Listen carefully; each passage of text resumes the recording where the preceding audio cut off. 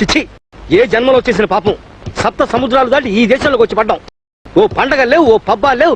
ఎంతసేపు వండుకోవడం, మింగడం, పడుకోవడం, వండుకోవడం, మింగడం, పడుకోవడం. నా మన్ను, నా మచ్చను. ఎక్కడ నా లాల్చీ ధోవతి ఎక్కడ? ఇక్కడ తగలటాలే నీ చీరలు మచ్చ. ఏదో బతుకు యాంత్రికంగా తయారైంది. అమెరికా పోదానండి అంటూ తల్లి కూతురు ఇద్దరు నా ప్రాణాలు తీశారు. ఇక్కడికి వచ్చి ఏం బాగున్నట్టు? ఏమిటి నాన్న కోపంగా ఉన్నావు? కోపం కాదే, ఒంట్లోంచి తాపం పుట్టుకొస్తోంది. అసలు మంచి ఉద్యోగం అని 4 రాళ్ళు ఎక్కువ సంపాదించుకోవచ్చని ఈ దేశానికి రావడానికి ఒప్పుకున్నాను చూసావా? అది నేను చేసిన తప్పు. ఇదిగో లెంపలేసుకుంటున్నాను. ఏమైందండి ఇవాళ? ఏమీ అవలేదే, అదే నా బాధ. ఇవాళ చైత్ర శుద్ధ నవమి. అయితే నా శ్రార్థం. ఇవాళ శ్రీరామనవమి. అలాగా? అయ్యో, ఇందాక శేషగిరిరావు బజార్లో కనిపించి చెప్పండి సరిపోయింది గాని, లేకపోతే ఇవాళ నవమి సంగతి తెలిసిండేదే కాదు.